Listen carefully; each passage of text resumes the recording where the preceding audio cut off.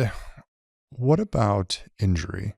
So you kind of mentioned there earlier, just being conscious of if you're starting out just to not get injured.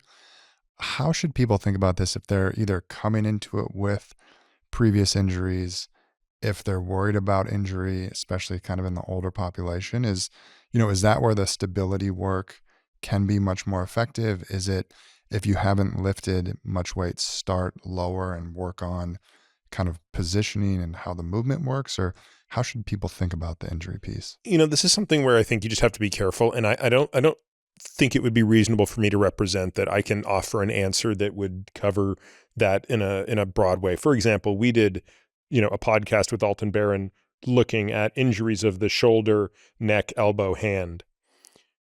Was that like a 6-hour podcast? It was very long. It was like definitely one of our 3 longest podcasts, up with maybe Tom Dayspring and Matt Walker.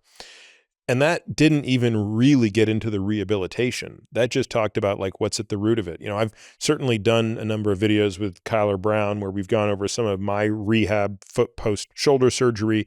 So I think the truth of it is you're just, unfortunately, I hate to say this, it sounds like, but you've got to be able to align with people who understand how to not paint by numbers in their approach to rehabilitation, right? So, maybe one way to help screen for that is basically when you meet a practitioner, just spending some time talking to them about their philosophy around your particular injury, right? So how, for example, before I had my shoulder surgery, I wanted to understand all the details of early versus late mobilization, range of motion, the trade-off between range of motion and stability. These are trade-offs when you're repairing a joint as flexible as the shoulder. You can make it really stable again if you're willing to give up all range of motion and vice versa. So I hate to say it, but I think you just have to become a more involved consumer of your care in that regard. But unfortunately, I just can't offer some blanket piece of advice around injury. But for the most part, even if someone's dealing with an injury, you would highly encourage them to not let them just give up on working out because of that injury.